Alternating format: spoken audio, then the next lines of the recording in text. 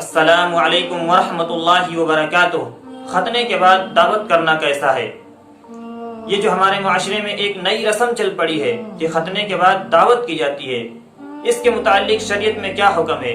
کیا شریعت میں اس کا کہیں سے ثبوت ملتا ہے؟ شریعت نے اس کے متعلق کیا حکم نافذ کیا ہے؟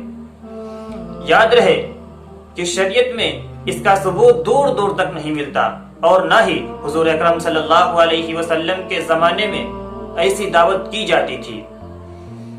شریعت سمجھ کر اور اسی طریقے سے سنت سمجھ کر اگر کوئی یہ دعوت کرتا ہے تو وہ گنہگار ہوگا، اور اس کا یہ عقیدہ بھی باطل ہے۔ اگر وہ یہ سمجھتا ہے کہ ختنے کے بعد دعوت کرنا سنت ہے یا پھر شریعت سمجھ کر کرتا ہے تو اس کا یہ عقیدہ غلط ہے، اس کو اپنے عقیدے کی اصلاح کر لینا چاہیے۔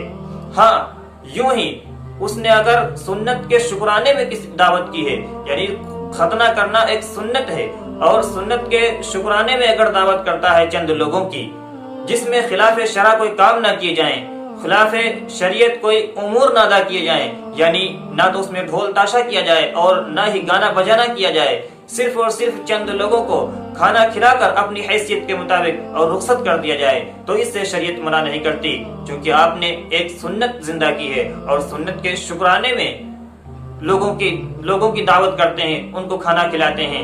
تو اگر آپ کو حیثیت اللہ نے دی ہے تو آپ کھلا سکتے ہیں، جتنے لوگوں کی حیثیت اللہ نے دی ہے کھلا سکتے ہیں، لیکن اگر شریعت سمجھ کر اور سنت سمجھ کر کرتے ہیں تو آپ گنہگار ہوں گے۔ اس لیے اس عمل کو شریعت سمجھ کر اور سنت سمجھ کر نہ کیا جائے، بلکہ یوں ہی ایک سنت کے شکرانے میں آپ جو عمل کر رہے ہیں یہ سمجھیں کہ ہم ایک سنت کے شکرانے میں ادا کر رہے ہیں۔